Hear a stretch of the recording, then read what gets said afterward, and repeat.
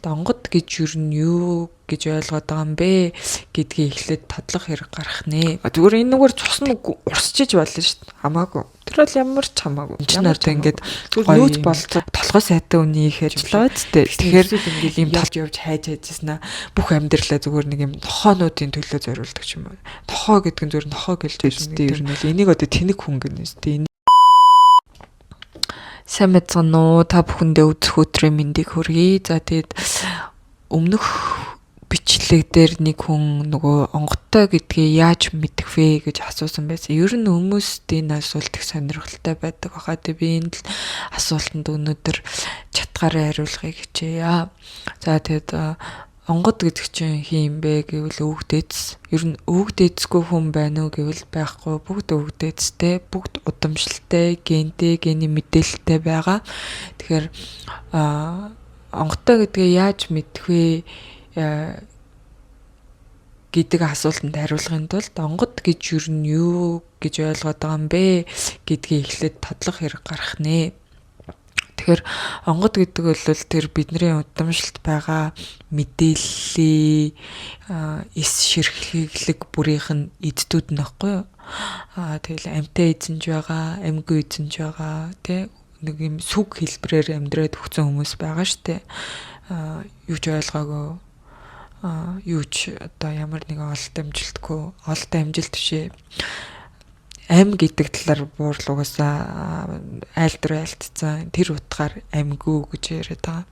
Мэдээж биднэрт тийм амьтай мэдээлэлтэй тэр мэдээллийнх нь эддүүдийнх нь удамшил гэж бол байгаа. Тэгээд онготтой хүн гэхээр тэр мэдээллийг сэрэж чадсан үнийг хэлэх гээд байгаа байхгүй юу? Тэгээд тэр нь ямар мэдээлэл байд юм бэ гэхээр жам зүй тогтлыг ойлгодог, жам зүй тогтлын дагуу амьдарч оршсон, хүн шиг амьдарсан, хүн ёсоор амьдарсан, ухамсарыг олсон тийм хүчтэй оюун тархитай хүмүүсийн удамшил байх нэ. Тэгэхээр тэр удамшлыг яаж сэрээдэг юм бэ? Тэр нь одоо яг яавал сэрдэг юм бэ гэхээр тэрийг сэрээж эрдэм мэдлэгийг ашиглая гэж бодож байгаа хүнд бол мэдээж сэрхгүй нийцэл ижилсэл үсгэж сэрдэг. Хүний оюун ухаан тархитлагоо ч нөөрөө зам жимээр ингэж хөөж юмыг сэтгэдэг байхгүй юу? Тэгэхээр зөвхөн би өөрийнхөө төлөө бодож байгаа хүн болно штэ. Тэгвэр нэг би л яаж алаад идээд уугаад амьдраад оршоод дуусах уу гэж бодож байгаа хүн бол тэрийгээ л ирж хайж идэг. Толгой дотроосоо. Би яаж нэр хүндтэй болох уу? Би яаж олныг дагуулах уу? Би яаж одоо өгчгүй орших уу? Би яаж хоолтой ундтай орших уу? Би яаж царайлаг орших уу? Би яаж гоё орших уу? Гэдгээл бодож идэг. Тэгэхээр нөгөө нэг одоо энэ тархин дотор нэг юм цэнэгтэй нэг хөөрхөн юм цэнэгжилт гүйж байгаа гэж бодъё. Тэгэхээр тэр чин тэрийгээ л хайжгүй. Би яах вэ гэхээр л тэнд би тэгж болно гэсэн тохиолдолд өгөнгүүт тийш очивол тэрэндээс мэдээлэл шийдэл гаргалгаа хураалаа тэрийг хэрэгэллээ. Одоо би яах вэ гэл тэнгүүд чи тэгнэ гэлтэй. Яг ингээл тэр замаараа л тэрийг ингээд хөөж сэтгэдэг байхгүй юу? Тэгэхээр би яаж өста агва мундаг байх вэ гэж бодож байгаа юм бол зөвхөн ганц биеийг буюу зөвхөн өөрийгөө яаж нэг авч явах вэ л гэдэг хэмжээнд сэтгэлгээ нь хөөрнө. Тэрнээс гадагшлах боломжгүй. Тэр чинь анхныхаа цэнэгжилт буюу одоо нөгөө компьютероор бол програмын тэгэд өгчөөд байгаа байхгүй юу? Биеийн төлөө ганцхан нэг хүний төлөө. Тэрнээс гадагш явахгүй гэд өгчөөд байгаа байхгүй. Тийм учраас тэр цэнэгжилт тэрнээс гадуур гүйж чадахгүй. Тэгэнгүүт амьтай удамшлын мэдээллүүд нь штэ тэр одоо жамыг таньсан агва мундаг одоо тэр буурал өвгдээсүүдийн удамшлын мэдээлэл бол ганц биеийн төлөө зоригдсон мэдээлэл байхгүй. Тэд нар ганц биеийн төлөө зоригдсон бол яаж аваа мундаг байх. Тэгвэл тэр тэгээд өөрийгөө л болгоол амьдрал өхөөл тэгэл нэг тийм тэрэг хүндиндээ л хүн байх байсан баг. Улс орноо бодоод, нийт олноо бодоод, бүр тэр битгий хэлтэй дэлхий ээжээ бодоод, уул усаа бодоод бүгдийг бодож амьдрсан хүн бол харин амьтай мэдээл удамшлыг энэ цусан судал ясан хэлхээнд өвлүүлж үлдээсэн байж таарна. Тэгэхээр ижилсэл үүсэх гэхээр зөвхөн биеийн төлөө зоригч хүн хийж тэрэн дээр ижилсэл үүсгэж тэр зөнгө сэрэж чадахгүй. Зүгээр энэ нүгээр цус нь урсчиж болно шүү дээ. Хамаагүй. Тэр бол ямар ч хамаагүй. Зүгээр нөөц бололцоонд байгаа л гэсэн үг. Тэ? Тэр агуу мундаг хүүхдээчүүдийн хүүхдээж болно. Тэ? Тэгээд тэр удамшлын сэрээгээд хэрэглэх нөөц бололцоонд байгаа. Гэтэ өөрөө тэр нөөц бололцоогоор нь нөгөө цэнэгжилтээ ашиглах гүйдгүү гэсэн үг. Тэгэхээр ингээд одоо яг энд нь жишээл нөгөө удамшланд байгаа тахад тэр биеийн төлөв зоригч юм бол эндээ л энүүхэн эндээ ингээл эргээд идэг. Хизээч энд очиж үзэхгүй уучлаарай. Тийм байхгүй. Харин зүгээр ингээд нөгөө нэг nii олноо хараад одоо эн чинь ингээд энэ сэрхүүчэнд зүгээр л гайхамшигт ээжидэр төрдгөө байхгүй. Одоо ингээд нөгөө нийт олноороо яаж муухарч байгааг тэр муухарлынх нь хохирол тэгээ алд бие дээр нь яаж бууж ийн, ахуй дээр нь яаж бууж ийн, найз нөхдийнх нь амьдрал дээр яаж бууж ийн, аав ээжийн амьдрал дээр яаж бууж ийн, тэр уул усан дээр очиж яаж бууж ийн, тэгээ тэр уул минь юу болчихвоо, ус минь юу болчихвоо, мод минь хайжчихваа, ямар амар гол харалтал авч ийна ч гэдэм үү те. Иймэрхүү танин мэдхүй ажилт анзаарлтын үндсэн дээр энэ сэрхүүчин төрнө. Зүгээр яжаад ингээл яахгүй штэ. Ич хидэр төрхгүй. Ингээд ядаж тэр ингээд нэг юм гандуу хөвлийн мэвлэгээ ухуулц уулыг хараад хайрын сайхан газар шороо минь те. Цэцэгтэй ногоотойгоо ан амтантайгаа ингээд амтайгаа байжсэн бол хамаагүй дээр байх байсан да гэж ингэж ажиглаж анзаарч юмыг үнэлж үнцнийг таньж хайрлаж нандинаж хамгаалахыг хүсэх тэр хүслээс тэр nii олны төлөө буй бүхний төлөө гих чиний төлөө бусдын төлөө гих сэрхүү сэтэл ингэж төлжиж ургаж бүрэлдэж тогтдог болохоос зүгээр л анханасаа би болохгүй. Тэгэхээр харж байгаа юм болгон дээр хүн одоо ямар талаас нь хараад байна гэдгээс л жишээлбэл маш олон юм шалтгаалдаг байгаа байхгүй. Уулыг хараад алтын авчих юмсан гэж бодох уу, эсвэл энэ муу уулыг яаж нэг энэ чигээр нь хайрлж хамгаалах вэ гэж бодох уу гэдэг чинь тэр хүний ажиглалтаас ихтэй. Одоо алтын авчих вэ гэж бодож байгаа хүн бол эдийн шуналтай л хүн биш үү. Тэгэхээр тэр хүний ажиглалт нь эдийн шуналаас сэтэрдэггүй л гэсэн үг. Зүгээр танин мэдгүй сонирхолтой ер нь юмсыг ажиглаж таньж мэдэж суралцах юм өргөн цар хүрээд оюуны чадварыг ингээд багаасаа дадалжуулсан хүн бол тэр уулыг за яг хуу алттай юм байна. Тэгтээ цэцэгтэй юм байна, өвстэй юм байна, модтой юм байна, их сайхан өндөр юм байна, үзэмжтэй юм байна. Өвс ногоо мод ч нь одоо зөвхөн харагдах төдий биш. Тэрнээс гадна агаар ялгаруулдаг юм байна. Тэрүүгээр нь одоо бид нар амьсгалдаг юм байна. Өвсөөр нь мал хоолдог юм байна. Малаар нь бие өсч өгчгүй идэж тижээлээ хийдэг юм байна. За тэгэл эн чинь нөгөө харилцан сүлтэнд гинжин хэлхээ зохирол тэ зүү зохирлын нэг хэсэг юм байна. Уул нь байхгүй болчих юм бол ус нь байхгүй болчих магадгүй юм байна. Ус нь байхгүй болчвол уул нь байхгүй болчих магадгүй юм байна. Энэ хоёр байхгүй болчвол би удахгүй өгөх юм байна гэд. Ингээл сайхан одоо нөгөө нэг юмсын хоорондын хамаарал идрийг ингээ холбож уддаг айгүй юм сэтгэж боддог хүмүүс л юм бусдын төлөөх буй бүхний төлөөх дэлхийн төлөөх nii олны төлөөх гэсэн өргөн цар хүрээд сэтгэлгээ ингэж бүрэлдэж тогтдог байхгүй юу. Тэгээд ингээ бүрэлдэж тогтоодсон хүн чинь ингээд дандаа ажигч анзаарагч тэгээд ажиглалаа гэхэд болж өгвөл бүгдийг нь ажиглахыг хичээдэг. Ажиглаж олсон мэдээллүүд хооронд нь холбож уялдаа холбоог нь анзаарч олохыг хичээдэг ч юм уу ийм эн чинь одоо ингээд гоё юм толгой сайтай үний их ажиллагаа зү. Тэгэхээр ийм толгой сайтай хүмүүс л тэрний олны төлөөх гэдэг чин сэтгэл яг үнэнгээрээ ингээд тодорно.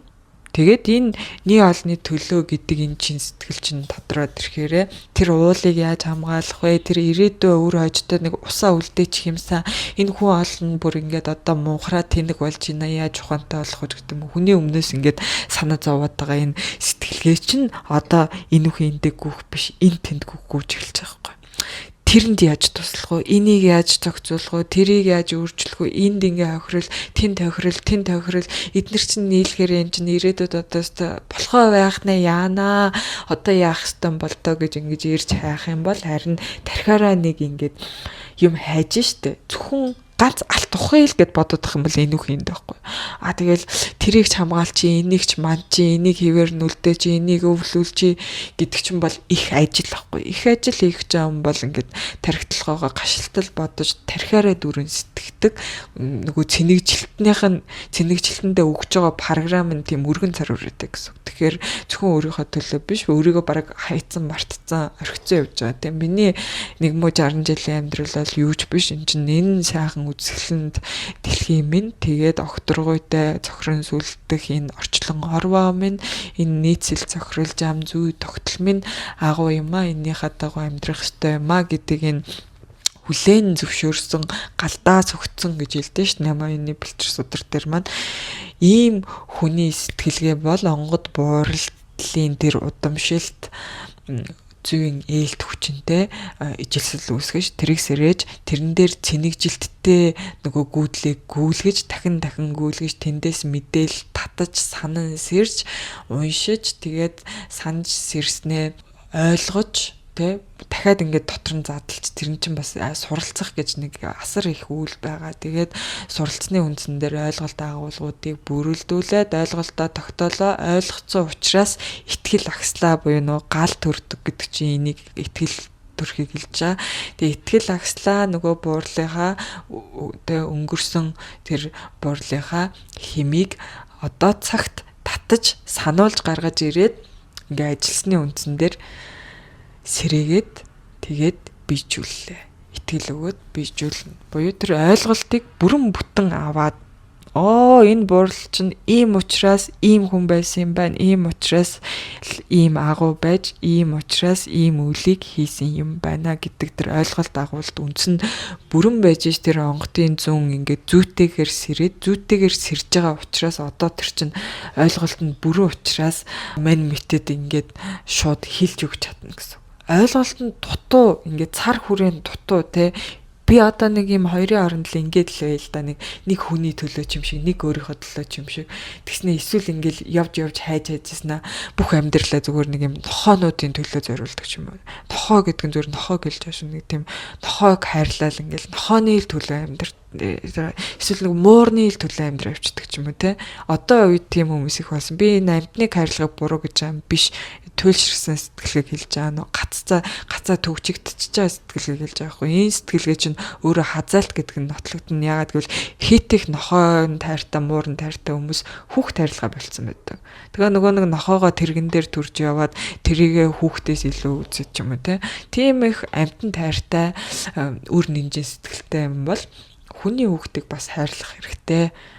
Тийм биз дээ. Тэгэхээр яагаад ингэж бүр хүүхдийг ад үзэн барь нохоо хайрладаг болчиход байгаа юм гэвэл энэ чинь хазаалт тахгүй туйлшрал. Тэгэхээр би нохоо хайрлах ёсгүй гэж юус хэлээгүй шүү. Зүгээр туйлшралгүй сэтгэх ёстой л гэдэг юм ярьж байгаа. Би бол нохоон тайртай, хүүхдэд ч хайртай. Тэгтээ ингээ бүх юмыг хайрлаад авах бас боломжгүй. За ингээ хөөх юм бол эн чинь нөгөө нэг яг голч тогтоох шаардлагатай болдог. Тэгээд тэр голчийг тогтоож сурахын тулд жамын ухааныг одоо нөгөө юм л судраа гаргаж рекламдаг зантай болчихдаг. Сая санаандгүй шүү. Рекламд гайгүй. Тэр голчийг энэ хязгааргүй олон бүрдлээс энэ те бүх юмыг хайрлах боломжгүй шүү. Нэгийг хайрлагад л нөгөөхийг ингээд баг зэрэг юм хохирох байдал энэ төр үүсдэг. Тэгэхээр энд яг голчтойгоор яг юуг нь хайрлаад, юуг нь хизээд нь хохирогоод яах ёстой юм бэ гэдэг тэр голчийг олохын тулд жамыг таних хэрэгтэй. Жамыг танихын тулд тэр жамыг таньсан өвөг дээдсийнхаа мэдлэгээс гуйж авдаг байхгүй. Одоо би тэ ингээд бүх юмыг хайрламаар байна. Гэхдээ бүх юмыг хайрлаа гэсэн чинь боломжгүй юм байна. Зарим талдаа хохиролтой юм байна. Бие бүхэн оршин тогтнох эрхтэй юм байна. Заавал тэ нохоо амьдраад хүүхэд нь амьдрах ёсгүй, эсвэл хүүхэд нь амьдраад нохоо нь амьдрах ёсгүй гэсэн юм байхгүй юм байна. Гэхдээ яаж эднэрийг ингээд тэнцвэртэй голчтой оршоох вэ гэж ингэж нөгөө эрүүл ухаанаар хазаалтгүй сэтгээд тийм эрдэм мэдлэг өгөөч гэх юм бол тэр удамшилч нь ингээд нөгөө ижилсэл үүсээд ойлголтынхаа суурь нь ерөнхийдөө тэр хүнд байгаад нь штэ. Тэгэхээр байгаад байгаа юм бол тэр суурин дээр нь тэр хэмчин сэрэнгүүтлээ дахиад жоохон үнцийг ингэж тавтаж бүхэлж суурин жоохон баттай болгож жагаад тэгээд голчтой айлдваруудыг хэлж өгдөг. Тэгэхээр онгодтой гэдгээ яаж мэдэх вэ гэвэл онгодтой бай гэвэл хүн болгонд байгаа хэний удамшлыг яаж сэрэж байгаа тэр удамшлыг сэрэх дадалжилт анханасаа төлөвшүүлэх хүний өөрийн нөгөө хүмүүнжил яаж тогтсон тэрэн дээр тэр суурин дээр ургаад хэний удамшил яаж сэрэх үү тэр сэрсэн удамшлыг бас хэрхэн яаж ойлгох уу буюу нөгөө босны дараах үйл явц байгаа шүү дээ. Тэгээд ойлгосны үндсэн дээр буурлаа хэрхэн бийжүүлж өртөг нэгдүүлж гэдэг юм. Ингээд дараагийн шат дамжлага нь яригадаад явж болно. Хүмүүс болохоор ингээд бас нэг босоод бүх юм боллоо энэ төр гэж боддог штэ. Болчихно бүх асуудал шийдэгдэж чинь гэдэг. Би бас анх тэгж боддог юм. Тэгтээ би одоо ингээд бодохоор өөрийгөө яагаад тэгж боддог гэсэн нэг жоохон гайхаад байна. Ер нь бол нөгөө буурлууд босгоо дуулаачаа босглоо гэхэд чинь юм сурах гэдэг штэ. Юм сурах чаа хүн чинь ингээд бүх ажил төрөл эд шидэр бүтээл бүх ямар ч асуудалгүй ингээд зүгээр нэг номероор ингээд явах юм бол тэр хүн бүр юм сурах битэл зүгээр ингээд нэг юм сүг болж дуусна шүү. Хүн чинь алдчихээж те даваа нухчаадад тулгарч ийж энийг яаж давах уу те том ангалын ирмэг дээр ирж ийж эндээс яаж болгоомжлох уу гэдэг юм. Ийм байдлаар ингэж тархин тохиолжилт өгч суралцдаг болохоос бүх юм нь бэлэн юу ч сурахгүй бүр баларна штэ. Тэгэхээр нөгөө босоод бүх юм болчихно гэсэн үг биш. Босоод харин нөгөө бийдааж суралцах өөрийн гэсэн толгойтой хүн болох гэдэг сургалт эхэлдэг. Тэгээ өөрийн гэсэн толгойтой хүн байна гэхээр ингээд нэг юм эрх чөлөөний өвчтөй тэнэг маанаг байхыг хэлдэггүй. Юу гэдэг өөрийн гэсэн толгойтой хүн гэдэг чинь дэгтэй, жаягтай, дэг жаягтаа захирагддаг өөрийн гэсэн голчтой юуг жаяглахын, юуг яаж жаяглахын, юуг жаяг гэдэг ингээл асар олон зүйлийг мэдэж сурч тэгээд тэрэн дээрээ дадалжуулж ингээд өөрийгөө эхнээс нь барьж бүтээж тэгээд өөрийгөө бүтээснээсээ үйл мөрлөл хөврүүлж энтер явахыг хэлдэг болохоос ийм эрх чөлөөтэй ямар ч хамаагүй ингээл ийм байхыг бол өөрийн толгойтой байх гэж юусоо хэлээгүй шүү. Хүмүүс амар их тэгж андуурд юм байл. Тэр бол зүгээр ингээд тэнэглэл ахгүй да одоо ингээд тэр чинь хайшаа ингээд гал үйж хахад гал барих гадахаар нь болохгүй гэж хэлсэн чинь эрх чөлөө гэл гал барьж авал түлэгдээд өгөх юм бол тэгээд одоо хохин л үсттэй ер нь л энийг одоо тэнэг хүн гэнэ үсттэй энийг өөрийн толгойтой хүн гэж бол хэлэхгүй бах. Өөрийн толгойтой хүн гэдэг бол тэр гал гэдэг зүйлийг бүтнээр нь таньж мэдээд аюулын таньж мэдлээ, өгөөжийн таньж мэдлээ, асаах арга барилын таньж мэдлээ, аргууд бол унтраа харгаа таньж мэдлээ. Тэгэд хэрэглээ олон янз байгаа. Тэр гал гэдэг зүйл чинь анх дэлхий дээр яг гэж бууж ирсэн гэдэг үндсэн учир шалтгаан нь маш өргөн заруураад байгаа гэх мэтчлэн ингээ бүхлээр нь таньж мэдээд тэндээсээ галтай би энэ цаг хугацаа орон зайд ингэж харьцах юм байна. Ийм цаг хугацаа орон зайд ингэж харьцах нь зөв юм байна. Хүн ингэж харьцах гэдэг юм бол ингэж заяглах юм байна, ингэж засаглах юм байна гэж ингэж сэтгэлгээ төрхийг өөрийн толгойтой байх гэж байгаа. Ингэж сэтгэлгээ төрүүлсэн бол харин тэрийг бол хамгаалах шаардлагатай гэдэг ингээд дараагийн шатны бас сэтгэлгээний ур чадварууд суралцах ёстой байд юм билэ. Тэгэхээр онгодтой гэдгээ яаж мэдэх вэ гэдэг хариултаа авсан гэж найдаж байна. Одоо болохоор яг судрынхаа сурталчилгааг хийнэ. Ингээд цаг хугацааны судраа авахыг хүсвэл миний Facebook болон Instagram-ыг дагж байгаад тэгээ Facebook руу ер нь бичвэл бараг дээрдээ би тэгээ удахгүй хариу өгчнөө хүргэлтээр хүргэгдэн зөвхөн хүргэлтээр байгаа тэгээ үн 75,000 төгрөг тэгээд өнөөдрийн бичлэгийг би ер нь яг та бүхэн асуулт байвал комментээр үлдээгээрэй. Яг бүр ингээд нөгөө детальчилж их нуршуу ярихаасаа би өөрөө жоохон залгаад байдаг болсон болохоор жоохон хурдан дуржигнуулаад яриад байна. Тэгээд энэ болж гин үү болохгүй байна уу жоохон задаргаа хийх үү яах вэ та бүхэнд асуулт юу байна? Коммент хийрээ. За тэгээ өнөөдрийн бичлэг ингээд дуслаа. Баярлалаа. Баяртай.